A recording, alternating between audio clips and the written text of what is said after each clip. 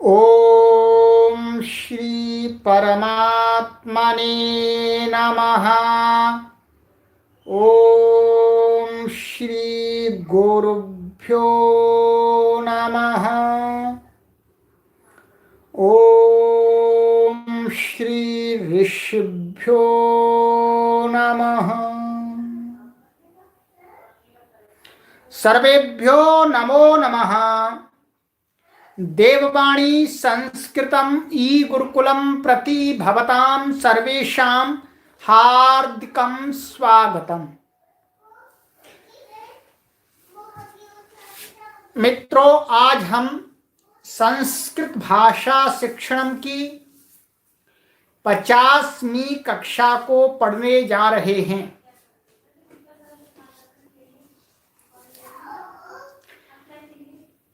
गत मैंने आपको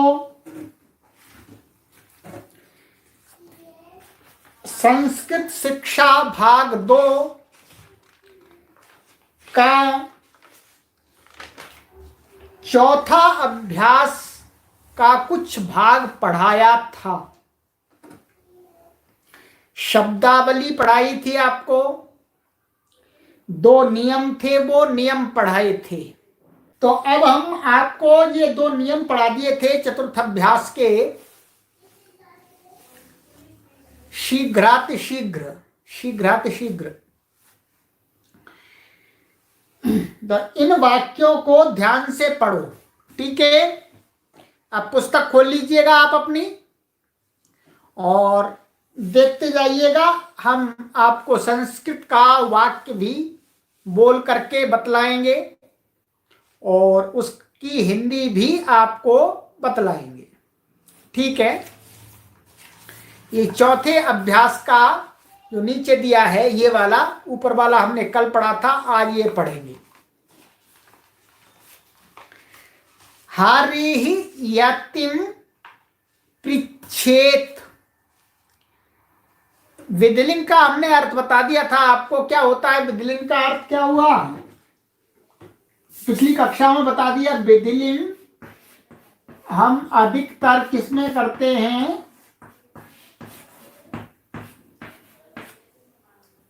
चाहिए अथवा आज्ञा, दोनों में कर देते हैं, ठीक है। चाहिए अथवा आज्ञा अर्थ में। तो अब देखिएगा, इसी का हर धातु का जो अर्थ होता है उसको आप चाहिए उसके साथ जोड़ दीजिएगा और या आज्ञा में बताइएगा। तो हरिम यत, हरि यतिम पृच्छेत। हरि यति को पूछे, ऐसा आएगा। अथवा हरि को यति को पूछना चाहिए, ऐसा भी कह सकते हैं। तो हरि सन्यासी को पूछे। रवि ही तपेत, सूर्य तपे। अग्निम स्पृश, ये लोट लगा रहे, अग्निम स्पृश, अग्नि को छुए। हाँ, प्रणब भट्ट जी, पृच्छेद तो 2 कर्म है ना। हाँ जी, 2 कर्म है, परंतु ये आवश्यक नहीं है कि 2 कर्म के साथ में ही प्रयोग करेंगे। हाँ, 2 कर्म का प्रयोग कर सकते हैं, ऐसा नियम नहीं है कि जो 2 कर्म वाली धातुएं हैं उनमें 2 कर्म ही हमेशा आएंगे, ऐसा नहीं है। 1 भी आ सकता है, 2 भी आ सकते हैं। तो ये तो विषय के अनुसार, प्रसंग के अनुसार है। यहाँ पर 1 है और कहीं पर 2 भी हो सकते हैं, पर 2 से अधिक नहीं हो सकते। और दूसरी धातुओं के साथ में जो द्विकर्मक नहीं है उनके साथ केवल हमेशा 1 ही कर्म रहता है और बिना कर्म के भी रह सकती है। चलिएगा। हाँ Guruji, please take care of your self and your family from corona today in Ahmedabad. Night curfew has been imposed from 9। अच्छा, श्याम सुंदर शर्मा जी, बहुत बहुत सादर प्रणाम जी। आपका बहुत धन्यवाद करते हैं, आपने सूचना दी है और अभी तेजी से बढ़ रहा है, हम सावधानी बरत रहे हैं, ठीक है, और आगे भी कोशिश करेंगे। और आप सभी लोग भी परमात्मा की दया से और अपनी सावधानी से स्वस्थ रहें। अभी ये मौसम भी थोड़ा सा ऐसा ही है। आइएगा, गिरिम गच्छ, पहाड़ को जाए, माने पहाड़ पर जाए ऐसा अर्थ आता। हरि दुर्जनम तुदेत, हरि दुर्जन को दुख दे, शिष्य फलम इच्छेत, शिष्य फल को चाहे। स पठेत, यहाँ पर ऐसा लिखा हुआ है, देखिएगा, आपको कोई डाउट ना हो, उस डाउट को मैं यहीं खत्म कर देता हूं। पुस्तक है आपके पास में, सभी के पास में, ऐसा लिखा हुआ है स पठेत। अब आप कहेंगे यहाँ विसर्ग कहाँ गया, विसर्ग कहाँ गया, तो ये व्याकरण के नियम से हट जाता है। तो आप दो प्रकार से लिख सकते हैं, साह पठेत अथवा सपठित, दोनों सही हैं, ठीक है, दोनों सही हैं। तो पुस्तक में जो लिखा है वो भी सही है, और आप ऐसा लिखते हैं विसर्ग सहित, वो भी सही है। तो वह पुस्तक पढ़े, त्वम पुस्तकम पठेः, तुम्हें पुस्तक पढ़नी चाहिए। अहम लेखम लिखेयम, मुझे लेख लिखना चाहिए। तो ये संस्कृत के वाक्यों को मैंने उच्चारण करके फिर उनकी हिंदी भी बतला दी। समीचीनम, समझ में आ गया? किसी को कोई शंका है तो शीघ्रता से पूछिएगा।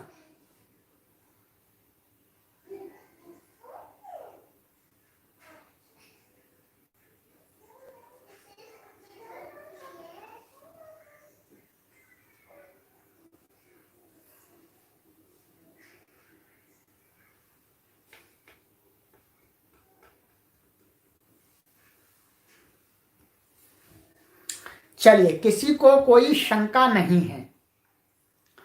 चलिए अब आगे चलते हैं। हिंदी में अर्थ लिखो, ठीक है। तो ये यहाँ संस्कृत लिखी है, तो आप हिंदी में लिखते जाइए, मैं भी हिंदी बोलता जाऊंगा। सभी लोग लाइक भी कीजिएगा, लाइक। कृष्णः गाम दुग्धम दोग्धि, कृष्ण गाय के दूध को दुहता है, ठीक है, विसर्ग संधि हो जाती है। हाँ, तो कृष्ण गाम दुग्धम दोग्धि, कृष्ण गाय का दूध दुहता है, ऐसा भी कह सकते हैं। तो ये दो धातु थी, द्विकर्मक है। तो द्विकर्मक है इसलिए क्या है, इसमें दो कर्म है, गाम और दुग्धम, ठीक है।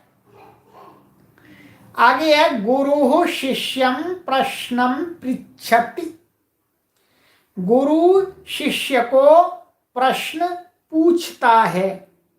तो इसमें भी दो कर्म है।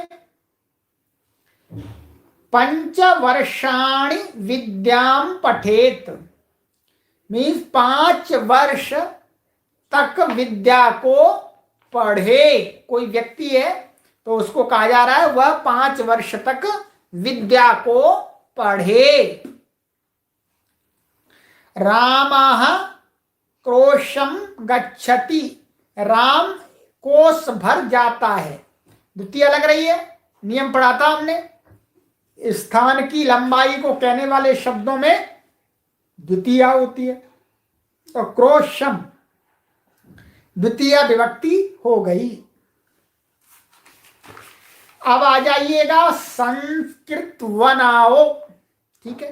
संस्कृत वाक्यों का निर्माण करना है, इसमें हिंदी दी हुई है, आपको बनाना है। मैं आपका सहयोग कर देता हूं, यहां पर मैं बना करके भी बतला देता हूं, और आपको लिखना है।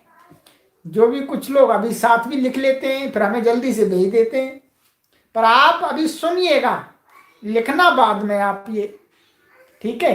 अभी लिखेंगे तो कॉपी हो जाएगा, कॉपी नहीं करनी, स्वयं विवेक से लिखना है। थोड़ा इधर उधर भी लिख सकते हैं आप। हरि को देखो, हरिम पश्येह, ठीक है, विधिलिंग का प्रयोग करना है इसमें। यति राजा को पूछता है, यति ही नृपम पृच्छति। राम फूल छुए, राम पुष्प को, तो रामाह पुष्पम स्पृशेत। शिष्य विद्या चाहे, शिष्यः विद्याम इच्छेत। कृष्ण 5 वर्ष तक पढ़ता है, कृष्णः 5 वर्षाणि पठेत। राम कोश भर जाता है, रामः क्रोशम गच्छति। सूर्य तपे, रवि तपेत। तू पहाड़ पर जा, तो त्वम गिरिम गच्छेह। अथवा ऐसा भी लिख सकते हैं, लोट लकार का भी प्रयोग कर सकते हैं, त्वम गिरिम गच्छ, ऐसा दोनों प्रकार से कर सकते हैं, लोट या गिरिम। कृष्ण गाय का दूध दुहता है, कृष्णः गाम दुग्धम दोग्धि। गुरु शिष्य से प्रश्न पूछे, गुरु शिष्यं प्रश्नम पृच्छेत। तो ये भी द्विकर्मक धातु है, 2 कर्म हो गए, शिष्य और प्रश्न। यह वह बकरी को गांव में ले जाता है, सह अजाम ग्रामम नयति। वह राजा से धन मांगता है, सह नृपम धनम याचते।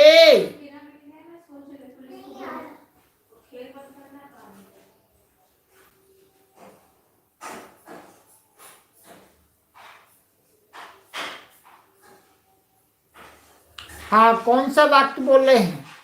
हाँ, कृष्ण, हाँ वो पठती होगा, ठीक है ठीक है ठीक है। कृष्ण 5 वर्ष तक पढ़ता है, उसका यही होगा, कृष्ण 5 वर्षाणि पठति। वो ठीक करना है, पढ़े ऐसा नहीं है, पढ़ता है, सिंपल वाक्य है, सही पकड़ा आपने, ठीक है। तो पठति सही है, लट लकार। वह राजा से धन मांगता है, तो सह नृपम धनम याचते, ठीक है। तो ये मैंने आपको वाक्य बना करके बतला दिए, अब आपको स्वयं बनाना है। आगे इन प्रश्नों के संस्कृत में उत्तर दो। तो यहां पर प्रश्न लिखे हुए, उत्तर उनका आपको अपने अनुसार देना है। मैं आपके उत्तरों को चेक नहीं करा पाऊंगा, मैं जो लिख करके दूंगा वो मैं अपने उत्तर दूंगा, ठीक है। आप उससे अतिरिक्त भी लिख सकते हैं, परंतु ये ध्यान रखना है कि प्रश्न का जो उत्तर होता है वही लिखना है। जैसे इसमें लिखा है, त्वम कुत्र गच्छसि, तुम कहाँ जाते हो, तो आप इसका उत्तर लिखेंगे कि मैं जहां पर भी जाता हूं, मैं विद्यालय जाता हूं, मैं घर को जाता हूं, मैं आश्रम को जाता हूं, मैं मार्केट को जाता हूं, तो जहां पर भी ये आपको लिखना है अपना। तो जैसे मैंने लिखा, मैं अहम विद्यालयम गच्छामि, अब आपको अपने अनुसार लिखना है जहां आप जा रहे हैं। तो ये आपको मैंने चेक कराऊंगा, परंतु मुख्य रूप से आपको अपने अनुसार ही बनाने होंगे। मेरे जो लिखे हुए उनसे संपूर्णतया मिलान नहीं हो सकता, ठीक है। कुछ कुछ लोग अपने अलग अलग उत्तर देंगे, देने चाहिए, और सभी लोग अपने उत्तरों को लिख करके मुझे भेज दीजिएगा। मैं आपके सभी के पोस्ट देखता हूं जो आप भेजते हैं, मैं देखता हूं। हाँ, उसमें ऐसे टिक नहीं लगा सकता हूं, टिक कैसे लगा सकता हूं, परंतु मैं जो जो मुझे कमी दिखती है फिर वहां सामूहिक रूप में मैं यहां पर बतला देता हूं। आप सभी लोग काफी अच्छा लिख रहे हैं, बहुत अच्छे अनुवाद बना के भेज रहे हैं। तो ऐसे तुम किम पठसी, इसका उत्तर आपको देना है स्वयं। तुम किम इच्छसी, तुम क्या चाहते हो। तुम किम स्पृशसी, तुम क्या छूते हो। तो ये आपको अपने अनुसार बनाना है, ठीक है। आगे ईश और प्रच्छ के विधिलिंग के रूप लिखने हैं आपको। ये कॉलम है, रूप आपको स्वयं लिखने हैं। मार्केट को हट्टा कह सकते हैं, कह सकते हैं, कह सकते हैं।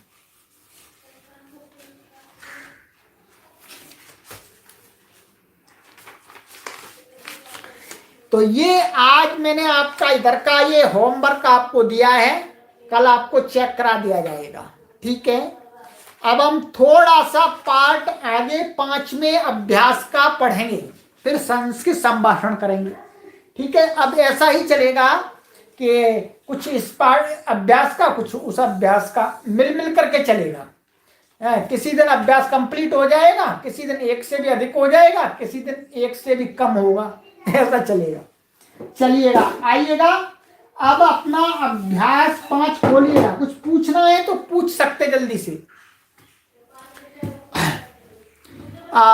रेखा कुमार, इच्छेत,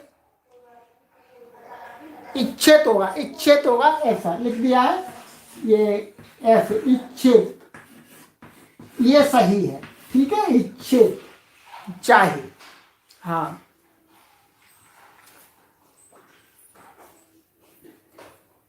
चलिएगा, अभ्यास 5 की शब्दावली को पढ़ना आरंभ करते हैं।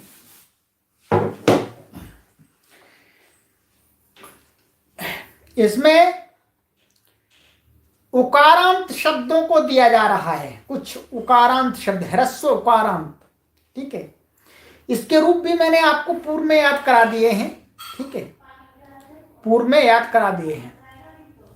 केवल आज मैं शब्दावली ही आपको इसकी पढ़ाऊंगा, क्योंकि मैंने आपको समूह में कार्य, ये आगे का अभ्यास नहीं भेजा था। और भी कोई किसी को शंका है तो जल्दी से पूछिएगा। पुस्तक में इच्छेत है गुरुजी,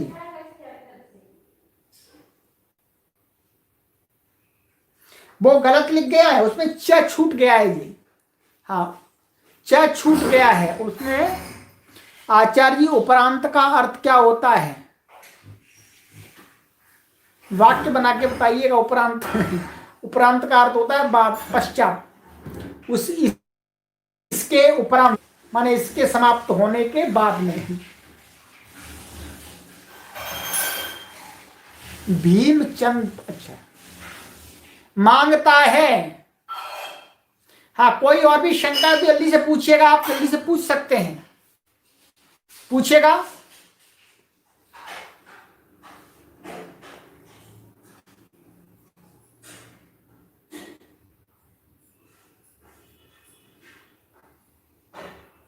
हाँ, उकारांत, उकारांत तभी पढ़ेंगे। और भी किसी कोई शंका है, ये मांगता है,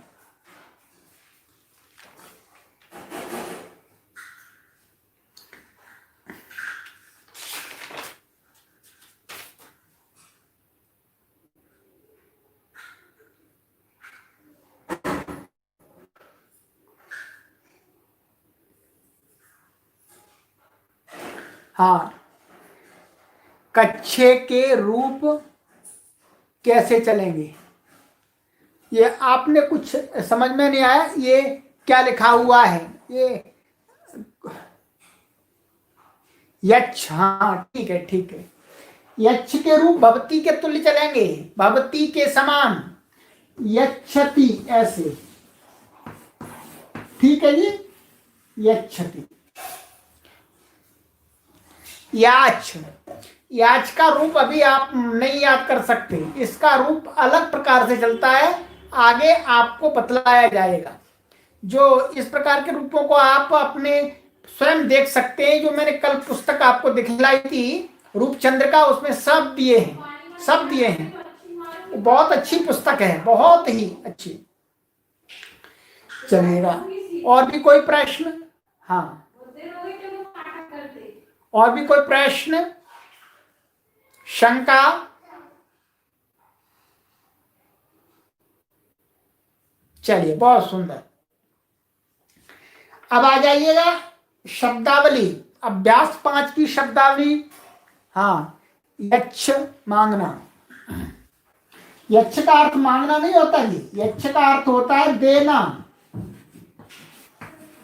ठीक है, मांगना नहीं होता, देना होता है, ये ध्यान रखेंगे। याच का अर्थ होता है मांगना, यच्छ का अर्थ होता है देना, और याच का अर्थ होता है मांगना, वो मांगना। ठीक है, तो यच्छ अलग है, याच लगेगी।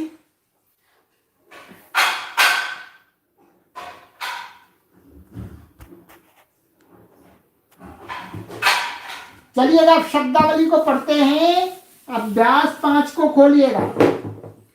गुरु, गुरु का अर्थ क्या होता है? मेरी आवाज आ रही है? जल्दी से कमेंट कीजिएगा।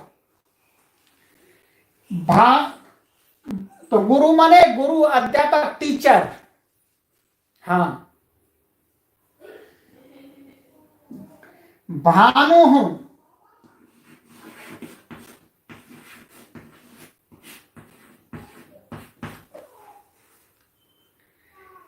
भानु का अर्थ होता है सूर्य। इंदु हूं,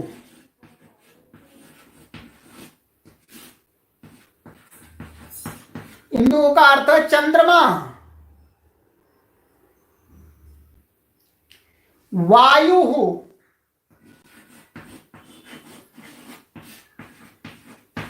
वायु का अर्थ है हवा।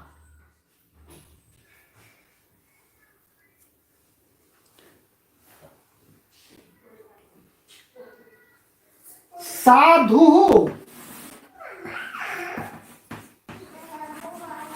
साधु का अर्थ है सज्जन, इनोसेंट पर्सन या जेंटलमैन। प्राप्त, तो ये क्या है? आपके ह्रस्व उकारांत शब्द हैं। तो आज केवल आपको ये शब्द रूप शब्दों को ही याद करना है। इनके रूप में कल भेजूंगा, ठीक है? इनके रूप आपको कल याद कराऊंगा। अब आगे अव्यय, प्रातः। प्रातः का अर्थ है मॉर्निंग। ये अव्यय है, इसके रूप में चलते हैं। सायं,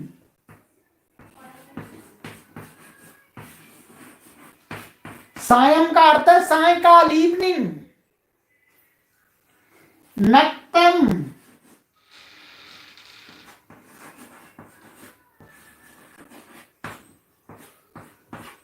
नक्तम का अर्थ है रात्रि। सह, सह का अर्थ है साथ, टुगेदर, या विद कह सकते हैं, विद। तो ये शब्द हैं, इन शब्दों को आपको याद करना है।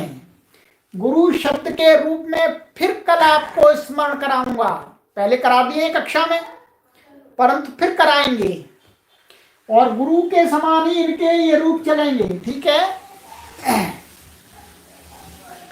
तो आज आपको हम इतना ही पढ़ाते हैं। ठीक है, ये आपको गृह कार्य मैंने दे दिया, गृह कार्य दे दिया। हम आपको आगे दूसरे भाग का 5वां अभ्यास पढ़ाएंगे। अस्तु अत्रैव विरमामः। सर्वेभ्यो नमो नमः।